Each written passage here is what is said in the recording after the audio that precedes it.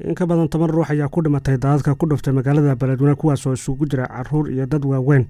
Dadkan ayaa siyaabo kala duwan daadadka ugu qaadan xaafadaha magaalada Beledweyne halka boqolaal ruux oo ku go'doonsanaa xaafadaha iyo deegaanada ku xiran magaalada la soo badbaadiyay. Isku duwaa wasaaradda gargaarka iyo maareynta masiibooyinka Hirshabeelle gobolka Hiiraan Cabdulsalaan Faarax Maxamed ayaa Radio Beelow sheegay in ku dhawaad 10 ruux ay ku dhinteen daadadkan. runtii biyihii la filinayay maaha kuwii aan u soo joognay oo aan intii aan garaad lahayn ama magaaladan aan ka warqabnay oo aan xog ahaan ka haynay waa biyo ka tan weyn oo biyaan u soo joognay maaha runtii 3 maalin maanta ayaa ku afara qasaarahana ilaa hadda naf iyo maalba wax la soo koobi kara maaha ilaa iyo hadda intii aan hayno waa tiro 10 ka badan ayaa ku dhimatay oo biyaha ugu dhintay sabab ay qaadeen guryo badan way ku dumeen saameynta magaalada oo dhan way saameeyeen biyaha dhanka bari waxa looga qaxay deegaanada kala ah Codoley Faarax Caafi ilaa muxuu ahaa ceel jaalle iyo B oo biyaha ayna gelin iyo sidoo kale ilaa Feerfeer waa la taxay dhanka galbeedkana wada jir tuulooyinka wada jir harcaday ilaa muxuu ahaa dhanka tuulooyinka soo xigo dhan waa lagu wada qaxay ilaa Daar Salaam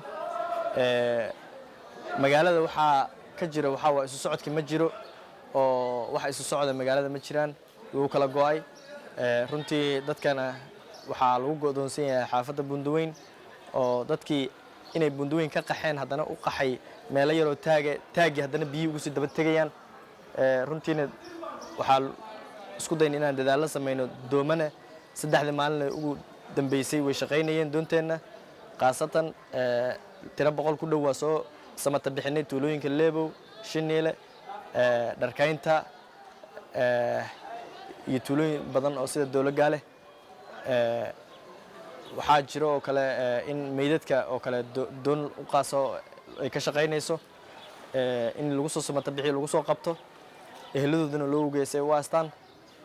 runtii magaaladan xaalad adag ka jirto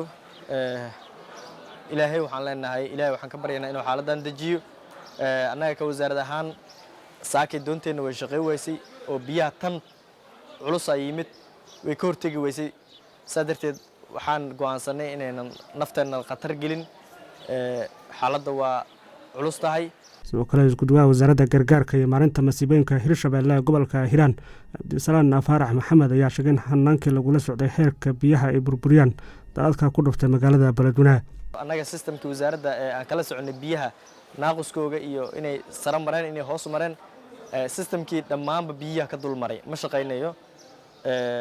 marka xaaladda aad u adag tahay waxaan ugu baaqayaa dad bulshada magaalada Beledweyne inay taxadiraan qof walba meesha uu joogo ku joogo socodka la yareeyo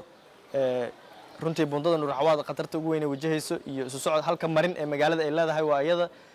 taana waxaan leeyahay in qof bini aadan uusan halkaas naftiisa ku bimeyn oo laga taxadiro halkaana la joojiyo socodka la joojiyo qof walba meeshiisa uu joogo ilaa ay xaaladda iska bedelayso xaaladda hadda waxay taagan tahay emergency magaalada Beledweyne xarunta gobolka Hiiraan ayaa sanad gudihiisa markii labaad la daala dhacaysa fatahaad uu geystay webiga Shabeelle taasoo sababtay khasaare isugu jira naf iyo maal. Axmed Cabdisanay Radio Beelow Beledweyne.